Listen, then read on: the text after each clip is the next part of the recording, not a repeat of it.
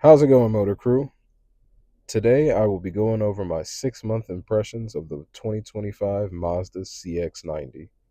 We will be going over the good and not so good of this 180-day experience. I'm going to go over some things that I would change and give you my recommendation of if the CX-90 is worth your hard-earned money. Starting off with the good. The Mazda CX-90's exterior has grown on me exponentially over the past 6 months. I initially thought it was a bit bulbous and slightly awkward. However, over time, I have acquired an insatiable taste for this exterior. I think it looks muscular, but elegant, organic, high end, and yet still distinctly Mazda.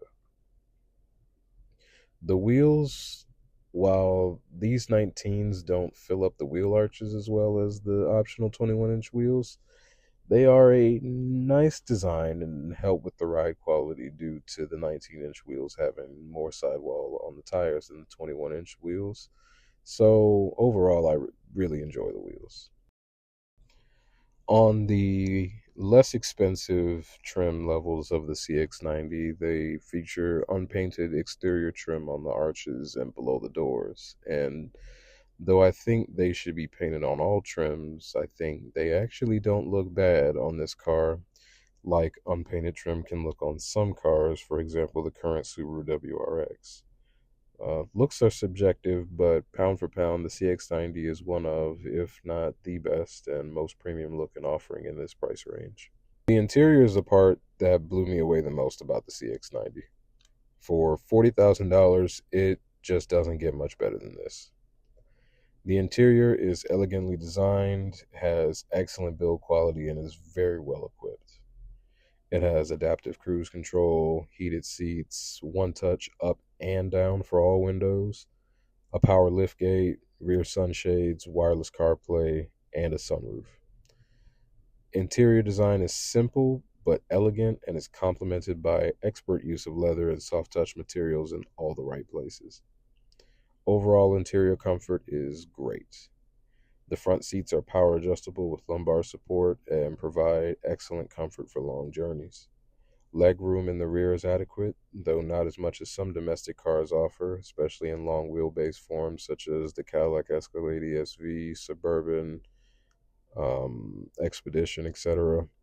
But it's perfectly fine and is absolutely nothing to complain about.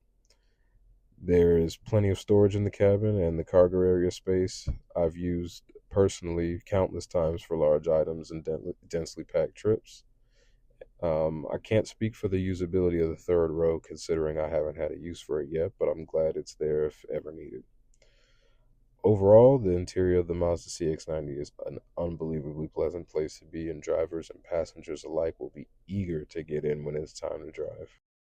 The driving experience of the Mazda CX-90 is one of the things that surprised me the most. While this 4,700-pound three-row family hauler is far from a Miata, it definitely moves around a lot better than you would think. It takes corners very well for a car of this size, and there is not a lot of noticeable body rolls, so it doesn't feel like you're in a big wallowy boat while you're taking corners. Despite this, while not exactly a Rolls Royce, the ride quality is very nice. Bumps and potholes are not too jarring, and the NVH factor is a non issue. It also effortlessly picks up speed. Like you look up and you're doing illegal speeds and you don't even notice. The steering is responsive and has a good weight to it. I think people who drive a sports car, hot hatch, and or sports sedan would be very impressed and very happy with how the car drives.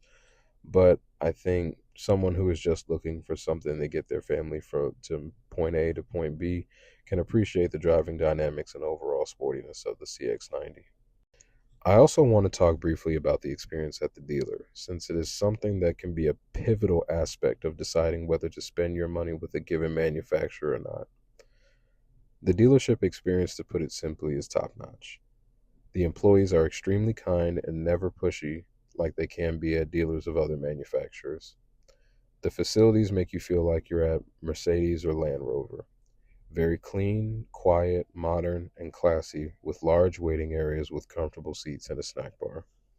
The dealership is more akin to an airport lounge than it is a place to hang out for half an hour while you're getting your oil changed. Not saying that you will hope for your CX-90 to need servicing, but you won't be dreading having to spend your time there either.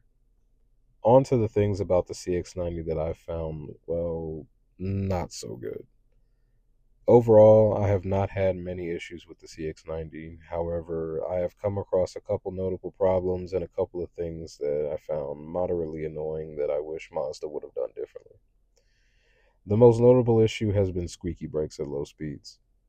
I can't exactly say when the problem first arose, but it was fairly early on in the experience. The car has been back to the dealer twice at the very least to get the issue looked at, and yet this problem still seems to arise. It does not happen all the time, but it is consistent. Another issue, albeit infrequent in my experience, has been some jerkiness in the acceleration from a stop. Occasionally, I press the accelerator when accelerating from a red light. I'll get going for a little bit and then it'll shudder for a split second before it goes into second gear.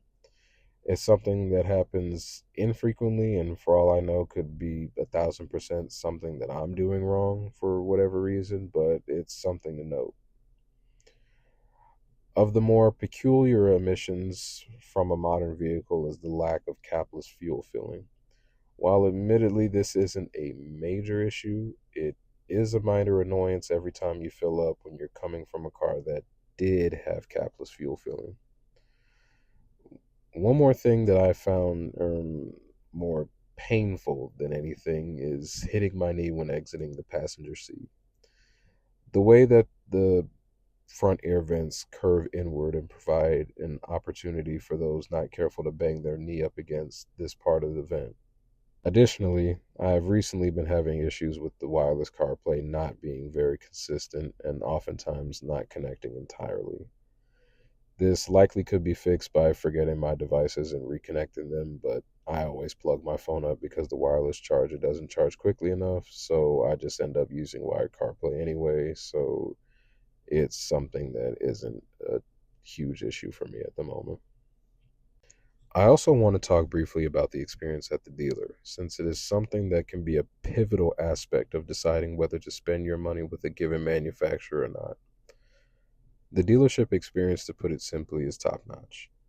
The employees are extremely kind and never pushy like they can be at dealers of other manufacturers.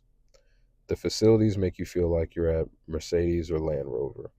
Very clean, quiet, modern, and classy, with large waiting areas with comfortable seats and a snack bar. The dealership is more akin to an airport lounge than it is a place to hang out for half an hour while you're getting your oil changed. Not saying that you will hope for your CX-90 to need servicing, but you won't be dreading having to spend your time there either. To sum it up, the 2025 Mazda CX-90 is an SUV that proves you don't have to spend a ton of money to have a luxurious experience behind the wheel and at the occasional trip to the dealer. It is refined in the looks and features department, which will make you feel like you've gotten the bargain of the century every time you get behind the wheel. It rides well and drives in such a way that you might not even need a sports car for the weekends. All in all, the 2025 Mazda CX-90 is an SUV that certainly should be on your radar and almost certainly should be on your short list of options for your next car.